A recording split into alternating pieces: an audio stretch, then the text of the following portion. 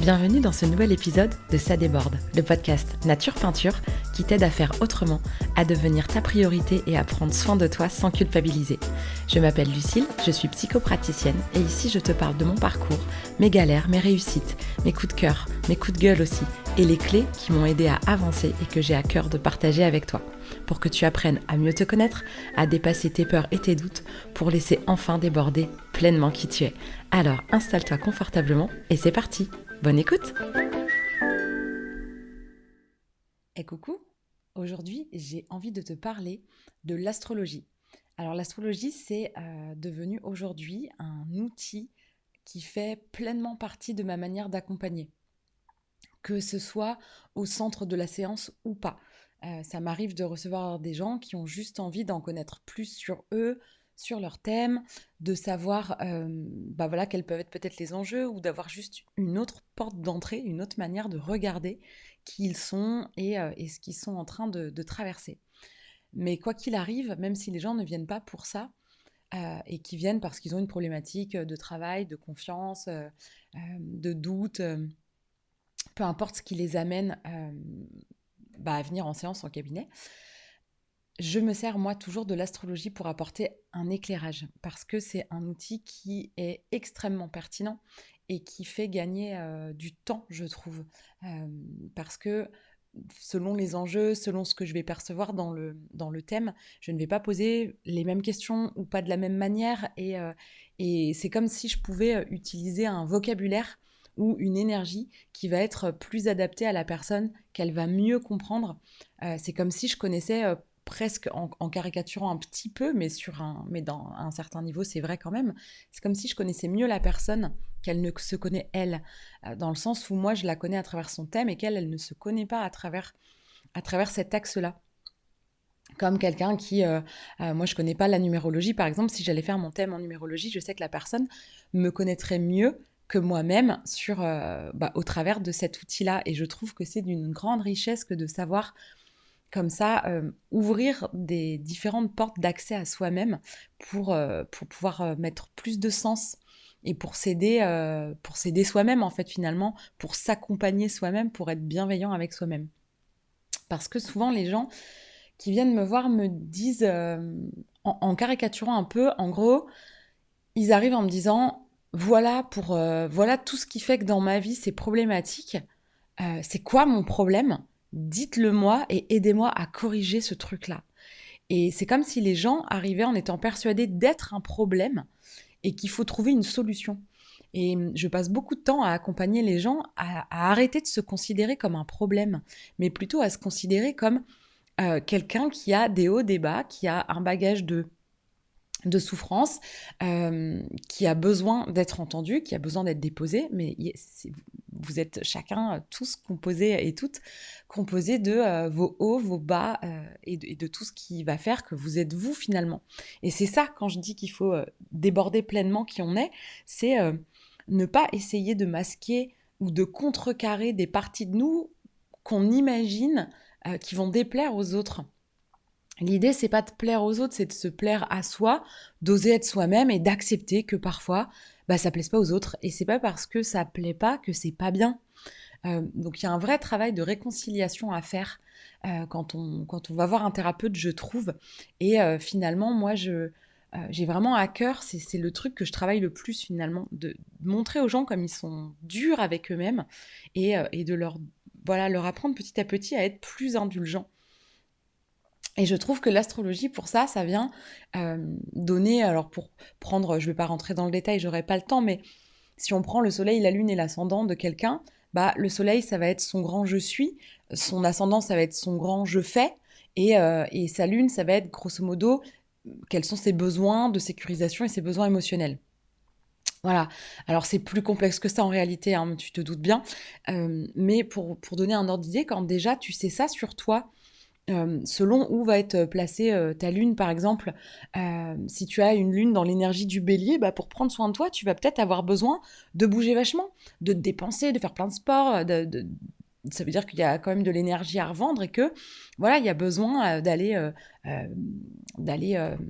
libérer cette énergie, d'en faire quelque chose. Et par exemple, ça pourrait être de faire des sports, puis des sports cardio, tu vois, quelque chose qui vient vraiment chercher le côté challenge, le côté énergie. Là, on sent bien, je parle dans cette énergie de bélier, mais quelqu'un qui, parce qu'on est dans un signe de feu, tu vois, donc il y a quelque chose de dynamique. Donc quelqu'un qui a une lune en bélier, mais qui a entendu peut-être toute sa vie assieds-toi, mais t'es fatigant, mais machin, bah, cette personne-là, elle va peut-être pas oser être en train de courir partout pour se faire du bien, alors que finalement, c'est ça qui va lui faire évacuer son trop-plein, qui va lui faire prendre soin d'elle. Donc l'idée, c'est de dire, ah ok, moi j'ai besoin d'être dynamique pour prendre soin de moi, c'est normal que j'aime pas trop rester assis à rien faire, parce que parfois on entend qu'il faut méditer pour revenir vers soi, et c'est très juste, hein, c'est pas le problème. Mais la méditation, par exemple, si on doit parler de ça, ça peut aussi être de la méditation active, et on peut être vraiment se mettre dans une intention de méditation, mais pendant un footing. Et quelqu'un qui aurait une lune en bélier, par exemple, pourrait avoir ce truc-là, de préférer se vider la tête, parce que finalement c'est ça aussi la méditation, en courant plutôt qu'en restant assis, en se forçant à pas bouger. Et c'est ça l'idée, c'est de venir dire à cette personne, mais c'est ok en fait, arrête de vouloir rester assis, bouge, ça va te faire du bien. Bah, cette personne arrête en fait de se trouver nulle parce que tous les autres ils restent assis sans bouger et que ça a l'air ok, et que de se sentir différent, inadapté, etc. Ça vient aider à dire ah ok, je suis comme ça, et sans l'imposer aux autres et dire aux autres qu'ils sont nuls. C'est juste de dire ok, moi ça me fait du bien, bon ben j'accepte de le faire. Quelqu'un qui aurait une lune dans un signe de terre, par exemple, une lune en taureau, bah, aurait besoin de plus de calme, et peut-être aurait besoin de passer du temps dans la nature, du temps tranquille, contemplatif. Il y a quelque chose de plus doux dans l'énergie du taureau, ou peut-être c'est un signe qui ramène beaucoup au corps, donc peut-être que cette personne a besoin, ça lui fait vraiment un bien fou de se faire masser par exemple. Euh, ou, euh, ou de, je sais pas, moi, se balader dans la nature et de sentir des bonnes odeurs, ou de regarder un beau coucher de soleil. Ou, vous voyez, il y a ce truc-là d'être proche de la nature et de ralentir. Ben, vous voyez bien que ces deux personnes-là, elles n'ont pas les mêmes besoins. Et si on pense qu'il y a une manière universelle de prendre soin de soi, bah finalement, on se connaît pas, et du coup, on ne se respecte pas. Et quand on ne se respecte pas, l'extérieur, notre entourage et absolument tout notre contexte n'est pas respectueux, puisque finalement, le respect passe par soi en premier. Et que si on est dans quelque chose de très aligné avec soi et qu'on le pose sans attendre que les autres soient d'accord avec nous, mais juste d'accepter que parfois ça déplaise, bah ça change complètement l'énergie. Et c'est en ça où je dis que parfois ça gagne du temps de connaître, enfin en tout cas quand je dis gagne du temps, c'est dans l'accompagnement, c'est vraiment des clés qui vont faire tomber des jetons de compréhension, qui vont faire un peu un alignement entre ce que la personne ressent, ce qu'elle vit, de vraiment mettre des clés de compréhension de ah là là, mais c'est pour ça que ça, c'est pas si simple pour moi. Et pour prendre l'ascendant et le soleil, bah quelque part, le soleil, c'est le je suis, c'est notre conscience. On a tous conscience de notre soleil. On peut n'avoir absolument aucune notion d'astrologie. Au minimum, on sait si on est bélier, taureau, cancer. Voilà. Et souvent, on dit je suis taureau, je suis bélier. Parce que finalement, on le sait, ça, c'est conscient, même si on n'a pas la connaissance de ce que ça implique et de ce que ça peut vouloir dire. Après, bien évidemment, on n'est pas que son soleil, et si ton approche de l'astrologie se résume à lire les thèmes astrologiques, les petits articles astro qu'on pouvait avoir dans les agendas, ou qu'il peut y avoir dans le journal ou dans les magazines, c'est beaucoup trop vague. T'imagines bien que toutes les personnes qui sont nées dans la saison du bélier, là, qui vient de commencer, ne sont pas similaires. Par contre, il y a quand même une grande ligne de force qui les réunit dans cette énergie de feu qui est tournée vers l'extérieur, qui est dynamique. Puis c'est aussi l'énergie du printemps. C'est vraiment relié, l'astrologie, c'est bien plus relié au biorhythme du vivant qu'à ce qui se passe dans les étoiles. Finalement, ça nous ramène vraiment à ce qui se passe sur Terre, et être né dans l'énergie du bélier, dans cette énergie du printemps où la nature était endormie et où tout bourgeonne et où ça va vite et où il y a une espèce d'impulsion, d'élan de vie, où un soir on se couche, il n'y a pas une seule fleur, et le lendemain, ploup, ça pullule de partout. On sent que la nature bourgeonne, bah, c'est ça l'énergie du printemps, et si tu comprends ça, bah, tu vas comprendre un peu ce qui anime les gens qui sont béliers. Après, comment ça va se traduire dans leur vie de tous les jours, ça c'est encore autre chose. Chacun de nous est unique, et finalement, son thème astrologique, c'est comme une empreinte digitale. C'est vraiment unique. C'est unique, et ce qu'on va en faire nous appartient. C'est comme si on te disait, bah tu vois, on a tous des mains, Et nos mains sont particulières parce qu'il y a des empreintes digitales sur nos doigts. Maintenant, ce que tu vas faire de tes mains, bah ça appartient à chacun finalement. Parce que même des jumeaux qui vont avoir un thème quasi identique, parce que parfois ils n'ont que quelques minutes ou de décalage, donc il n'y a pas grand-chose qui bouge au niveau astrologique en si peu de temps. Donc il va y avoir vraiment des grandes similitudes, et les jumeaux ne vont pas avoir des vies complètement identiques ou même la même vision des choses. Donc c'est ça qui est hyper intéressant, je trouve, avec l'astrologie, c'est de pouvoir ouais, sentir comment on est, et parfois d'expliquer des choses qui nous tiraillent fortement de l'intérieur, pour rester juste sur le soleil et l'ascendant. Donc il y a ce grand je suis qui est conscient, et il y a l'ascendant qui est beaucoup moins conscient, qui est le je fais. Ça va être ce qui va nous donner envie de nous mettre en mouvement, ça va être un peu notre moteur, notre élan, et c'est aussi nos comportements et nos stratégies de comportement dans l'action, quoi, dans le faire. Et c'est aussi la première impression qu'on va faire aux gens. On va deux personnes qui se rencontrent, c'est la rencontre dans un premier temps de deux ascendants. Et ensuite, il y a le soleil qui va apparaître. Mais derrière, notre manière de nous comporter. Et pour peu qu'il y ait des personnes qui aient un soleil et un ascendant complètement opposés, bah, il y a des gens qui vont se comporter d'une certaine manière. Et finalement, on va se rendre compte qu'ils sont je sais pas, quelqu'un qui court partout parce qu'il va avoir un ascendant bélier pour rester dans ces deux énergies-là, et qui finalement est taureau, bah, il va y avoir un côté très calme, très casanier. On va se rendre compte que cette personne, elle a besoin de se poser, d'être aussi tranquille, qu'elle est capable de rester contemplative, alors que à côté de ça, quand elle fait quelque chose, c'est toujours à 2000 à l'heure. Et donc il y a quelque chose qui peut sembler incohérent. On peut avoir parfois une sensation de Dr Jekyll et Mr Hyde, et finalement, c'est pas si simple, mais c'est le fait que ces deux énergies existent à l'intérieur de soi en même temps qui va faire la particularité de chacun, et ce n'est pas quelque chose qu'il faut corriger. Euh, et donc, que ce soit à travers l'astrologie ou d'autres manières, d'autres approches que j'utilise, c'est vraiment ça que j'essaye de transmettre à chacun, c'est de vous apprendre à être qui vous êtes, sans chercher à corriger quoi que ce soit, mais de tenir compte de vos particularités à vous et de les honorer, peut-être même d'apprendre à les aimer, et pour ensuite savoir comment prendre soin de soi, sentir aussi, c'est pas juste du savoir mental, c'est aussi de sentir, tiens, tu vois bien que quand tu fais ça, ça te fait plus de bien que quand tu fais l'inverse. Et de pas vouloir dire, oh mais quand même, faudrait que je fasse autrement. Bah pas forcément. Donc c'est en ça où c'est un outil vraiment super riche. Après, il y a tellement de choses qu'on peut voir dans l'astrologie. Il y a plein d'astrologies différentes. Moi, dans ce que j'ai appris, il y a de l'astrologie tibétaine. Ça, c'est toute la notion de chemin de vie dont je parle. La lune noire, que je vais explorer aussi, c'est plutôt de la kabbale.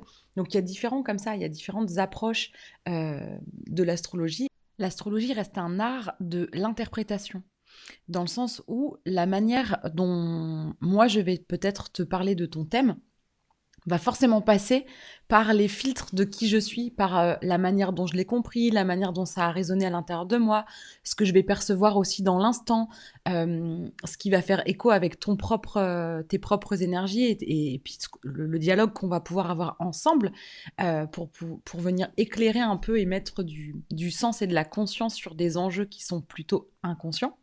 Je vais utiliser ces connaissances que j'ai intégrées, et qui finalement, que je vais réutiliser en les interprétant forcément à ma manière. Mais c'est valable pour l'astrologie finalement, et pour tout plein d'autres domaines, où forcément le savoir qu'on a, on va avoir sa propre manière de le retransmettre sans pour autant dénaturer les connaissances de base.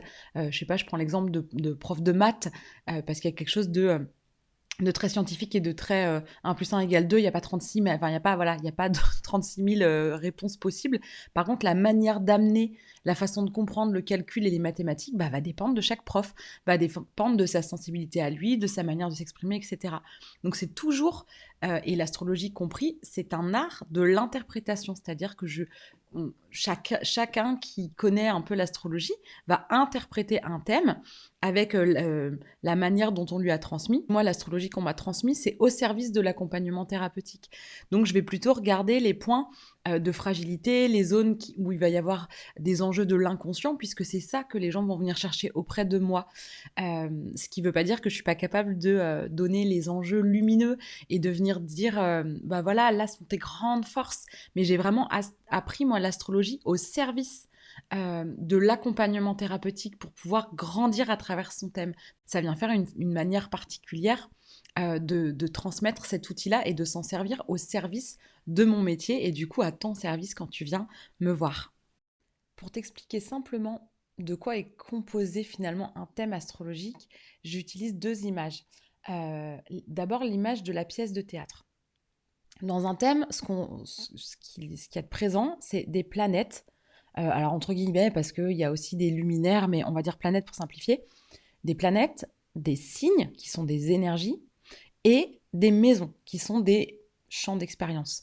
Donc si on prend une pièce de théâtre, les maisons, ça va être les différents décors. Les planètes vont être les acteurs. Et les énergies vont finalement être le rôle qu'ils vont devoir jouer.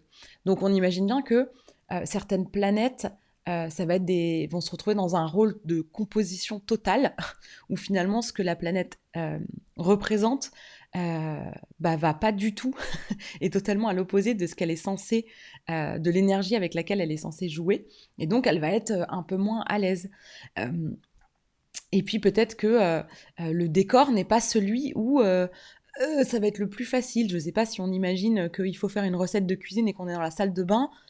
Bon, c'est pas l'endroit le plus adapté. Ça ne veut pas dire que c'est pas possible, mais ça va demander peut-être de l'ingéniosité, de l'aménagement, et c'est ça qui fera la particularité de la personne. Mais c'est juste pour comprendre que parfois il y a des enjeux qui sont à une place ou dans une énergie qui vont vraiment leur correspondre et où ce sera un peu une planète qui va se sentir complètement chez elle. Et puis parfois où ça va être plus compliqué de pouvoir déployer sa fonction. Et puis, pour comprendre les aspects, si tu as déjà vu un thème astrologique, c'est tous les traits de couleur qui traversent le cercle. Les aspects, ce serait un peu le dialogue entre ces différents acteurs et ces différents personnages et ces rôles au sein de la pièce de théâtre. Si les deux acteurs s'entendent bien, il y a toujours un peu cette alchimie, ça se sent qu'il y a une bonne entente, il y a quelque chose de chouette qui se passe. Et parfois, même si les acteurs sont des grands acteurs et qui sont professionnels, qui sont dans leur rôle, que chacun joue très bien, mais qu'il y a une grande tension dans la vraie vie avec eux, entre eux plutôt, ça se ressent aussi. C'est pas si simple parce que du coup, la personne doit prendre sur elle pour être professionnelle, etc., etc. Et le dialogue entre toutes nos différentes planètes de notre thème, ça va être un peu ça. Parfois, ça va être des super ententes et parfois, ça coince un peu. Mais dans le fait que ça coince, c'est aussi ça qui vient amener des grandes ressources aussi parce que là où c'est pas simple, ça nous demande du travail et là où on travaille, on va gagner en maîtrise. Donc l'idée, c'est pas de se dire oh j'ai pas de chance, moi mon thème il est trop dur, il est trop nul, parce qu'on a tous des enjeux, on a tous des enjeux dans lesquels on est plus à l'aise, pour lesquels on est fait entre guillemets, et d'autres où c'est plus laborieux. Et plus tu vas apprendre à te connaître, plus tu vas pouvoir aussi créer l'environnement dans lequel tu vas être euh, le plus à l'aise finalement. Et là, je vais prendre un autre exemple pour parler du thème astrologique et de ce que ça peut t'apporter dans ta vie concrètement. C'est comme si c'était ton jeu de cartes. Comme si à la naissance, on t'avait distribué des cartes. C'est ton jeu pour la vie, voilà. T'as ton jeu, il est comme ça. Et puis, tu te retrouves à jouer finalement dans la vie, mais tu sais pas que tu joues, tu sais pas à quoi tu joues, ni quelles sont les règles. Imagine que tu rentres dans une salle où il y a plein de tables, des gens qui sont assis, chacun à leur table, et ils ont l'air concentrés, il y en a qui rigolent et qui parlent, d'autres qui sont hyper sérieux. Et ils sont là, assis autour de différentes tables, et ils jettent des morceaux de carton au milieu de la table avec des dessins bizarres et des symboles. Euh, et il a l'air de se passer quelque chose, quoi, tu sais pas trop, mais il a l'air de se passer quelque chose. Puis tu vois une place vide. Alors tu vas t'asseoir, et là, il y a des cartes. Donc tu prends les cartes, c'est tes cartes. Et là, t'oses rien demander, du coup, puisque tu as l'impression que tout le monde sait ce qu'il fait et que quand même, tu vas pas dire, toi, que tu sais pas ce que tu fais. Et là, tu vas essayer de jouer, mais en comprenant absolument rien de ce qui se passe, en sachant pas quelle est la valeur des cartes que tu as dans la main, ni le potentiel, finalement, que tu as dans la main, que tu pourrais exploiter. Et ben, tu vas te retrouver à lancer une carte quand ça a l'air d'être ton tour, parce que tout le monde te regarde et qu'il se passe plus rien et qu'ils ont tous jeté une carte au milieu, donc tu vas faire pareil. Globalement, tu vas perdre. Et, et tu vas en déduire que vraiment, t'es nul et que les autres ont l'air de savoir ce qu'ils font. Déjà, si ça se trouve, ils font tous comme toi. Tout le monde fait genre j'ai compris, puis en fait, personne ne comprend rien. T'en sais rien. Et au-delà de ça, parfois, tu vas gagner. Et là, on va te dire peut-être, oh waouh, voyons, quelle audace d'avoir joué ça. Franchement, je l'aurais pas tenté. C'est passé la vache. C'était un sacré coup de maître, quoi. Franchement, waouh, ça, c'était un coup génial, quoi. Alors toi, tu es là, tu ramasses les cartes parce que tu as gagné, mais ça n'a aucune valeur parce que tu comprends pas du tout ce que tu as fait de si bien. Tu serais bien incapable de le refaire.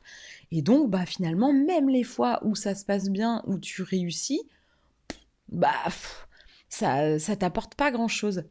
Eh ben, être dans ta propre vie en n'ayant pas de connaissance de toi-même et de quels sont tes enjeux et de ce qui se passe à l'intérieur de toi, c'est comme jouer à un jeu de cartes auquel tu comprends rien. Et même pire, c'est que là, je te donne cette image de carte et on sait tous au moins jouer à un jeu de cartes, ou même si on ne sait pas jouer, on connaît pique, carreau, cœur et trèfle, vous avez ça en tête comme image, et puis le valet dame roi. Mais là, imaginons que vraiment, tu retournes ça, tu n'as jamais vu ces symboles. Donc, quelqu'un qui viendrait prendre le temps de t'expliquer la valeur des cartes en elles-mêmes, puis finalement les différentes combinaisons possibles et la valeur de ces combinaisons possibles avec les différentes cartes, c'est encore autre chose.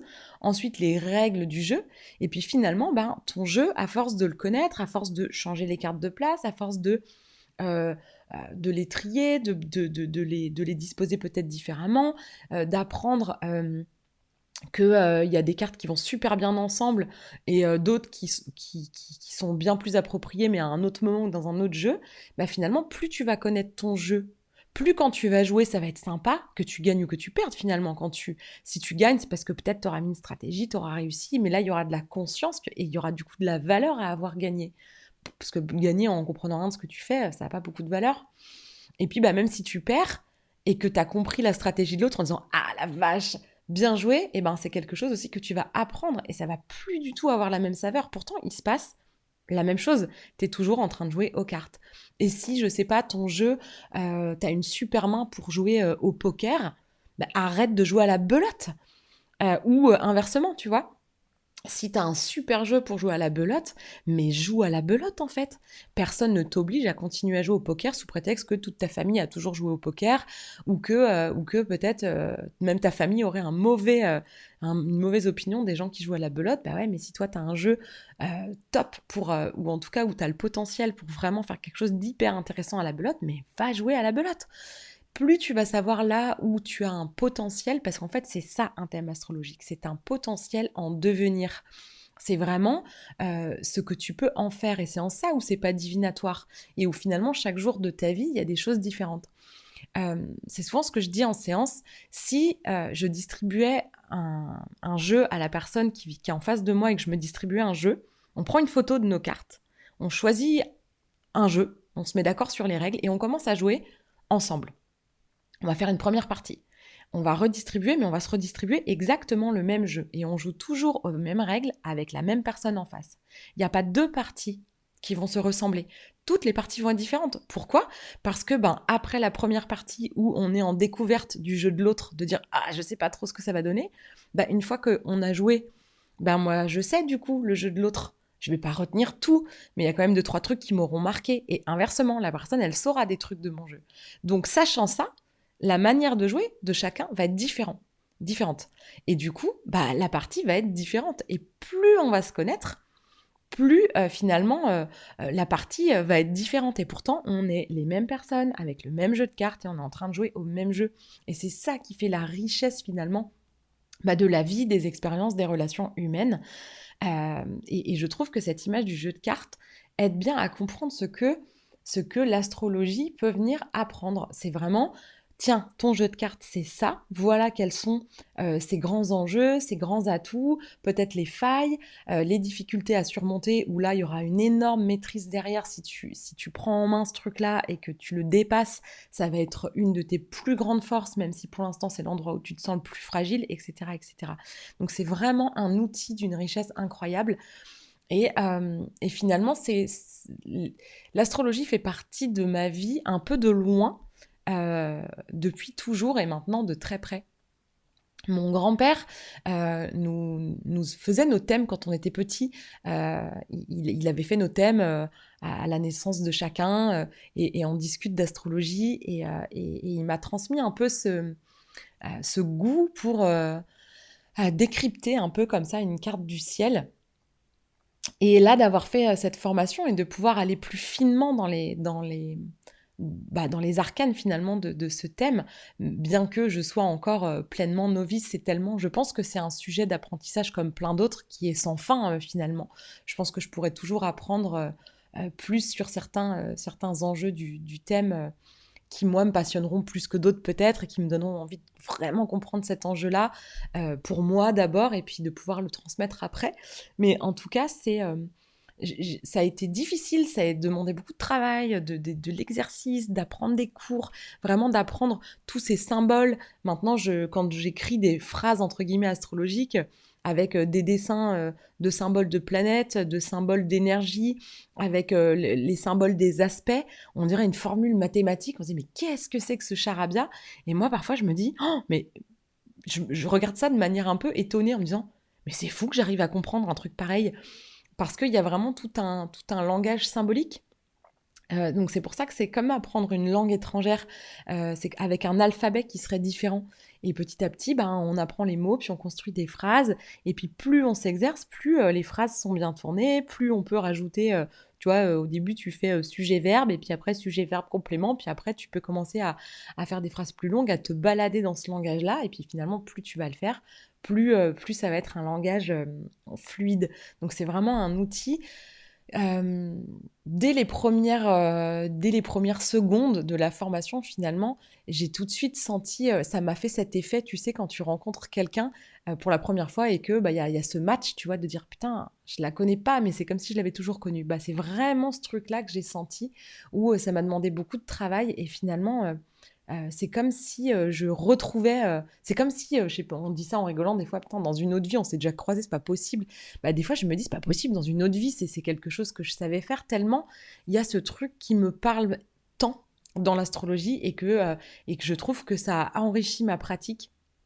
Ça a enrichi, ça a vraiment, ajouté de la valeur, enfin, ou en tout cas, ça m'a aidé à avoir une approche, qui me correspond vachement bien, qui me parle vachement bien, dans laquelle je suis à l'aise, et finalement, ça fait toujours partie de mon accompagnement. Donc je ne sais pas si tu connais ton thème, je ne sais pas si tu t'y es déjà intéressé, je ne sais pas si tu imagines qu'il y avait autant de choses, et encore là, j'ai vraiment juste donné quelques exemples pour parler un peu de cet outil qui me tient si cher à cœur, et où là je viens de finir ma formation, donc du coup je suis très pleine d'énergie, comme quand on démarre quelque chose voilà, avec tout cet élan de la nouveauté et toute l'excitation d'avoir ce truc qui passionne là, qui prend aux tripes. Donc je sais pas si tu connais ton thème, si c'est des choses qui te parlent, ou si tu t'en étais jamais trop, si tu t'y étais jamais trop intéressé, et que là d'entendre, d'en entendre parler comme ça, de te dire ah, mais c'est vrai que c'est peut-être intéressant en fait. Ça peut être, tu vois, par curiosité ou des choses comme ça. En tout cas, sache que si tu as envie d'en savoir plus sur ton thème, il est possible d'avoir un rendez-vous d'1 heure pour vraiment, alors en 1 heure, pour te parler de tout un thème, ça va être vraiment les grandes lignes, mais déjà, ça peut donner un peu, ça peut donner des grandes clés, alors ça peut être hyper intéressant. Donc ça peut être un rendez-vous d'1 heure, ça peut être aussi plusieurs rendez-vous pour aller de plus en plus loin dans le thème, d'avoir vraiment peut-être plusieurs rendez-vous autour de ça, pour parler vraiment du thème en lui-même. Sinon, ça peut aussi être si tu as une problématique en ce moment, etc. Je sais pas, une problématique de tension dans le couple, ou de tension au boulot, ou de doute par rapport à ce que tu veux faire, ou qu'il y a quelque chose qui fait que tu te sens pas très bien, que tu es plus angoissé que d'habitude, etc. C'est des choses qu'on peut travailler, sur lesquelles on peut discuter avec en trame de fond de toute façon le thème, et peut-être d'aborder ton thème astrologique à travers une problématique du moment, plutôt que comme ça de but en blanc. Les deux sont possibles, les deux sont hyper intéressants. Donc voilà, si jamais ça te parle, si tu as envie d'en savoir plus sur ton thème, eh ben, tu peux me contacter via mon site internet ou ma page Instagram. Il y a tous les liens dans la description de l'épisode. Tu peux aussi m'appeler au téléphone pour qu'on puisse voir ça ensemble et convenir d'un rendez-vous. Donc soit pour voilà, un rendez-vous pour parler de ton thème dans les grandes lignes, ou peut-être plusieurs rendez-vous pour voilà, creuser le thème, ou cette manière de venir aborder une problématique que tu as avec des éclairages autour justement de ton thème astrologique, ramené à quelque chose de concret dans ta vie, à quelque chose de précis. Voilà, donc s'il y a des choses qui te parlent, n'hésite pas. S'il y a des morceaux d'astrologie, si tu t'y connais déjà un petit peu, ou là j'ai juste parlé de soleil, lune, ascendant pour donner des exemples, mais s'il y a des sujets que tu voudrais que j'aborde au niveau astrologique, je pourrais très bien faire des épisodes sur chaque signe, sur chaque maison, sur les planètes, et puis voilà, affiner un peu cet outil-là. Si ça t'intéresse, n'hésite pas à me le dire, parce que, comme je le dis à chaque fois, ce podcast, c'est le mien, mais c'est aussi le vôtre. Et finalement, moi, je m'en sers pour pouvoir parler de ce qui m'anime et de ce qui me plaît. Mais l'idée, c'est aussi de voir ce qui vous plaît à chacun de vous, et de pouvoir faire des épisodes qui vont vous donner envie et qui vont répondre peut-être à des questions que vous vous posez. Je vais arrêter là sur ce sujet passionnant sur lequel je pourrais ne jamais m'arrêter, je pense. J'espère que ça t'a plu, que ça t'a donné envie d'en savoir plus sur cet outil incroyable, et je te souhaite une belle journée ou une belle soirée selon l'heure à laquelle tu écouteras cet épisode, et je te dis à très bientôt. Si cet épisode t'a plu, tu peux laisser un commentaire, noter avec tout plein d'étoiles ou encore t'abonner pour ne pas rater les prochains. Tu peux aussi partager cet épisode pour que d'autres personnes osent laisser déborder qui elles sont vraiment. Et si tu veux en savoir plus sur ma manière de travailler, mes outils et les accompagnements que je propose, rendez-vous sur ma page Instagram L'Oreille et la Plume ou sur mon site internet. Merci beaucoup de ton écoute et de ton soutien. Passe une belle journée ou une belle soirée et on se retrouve bientôt.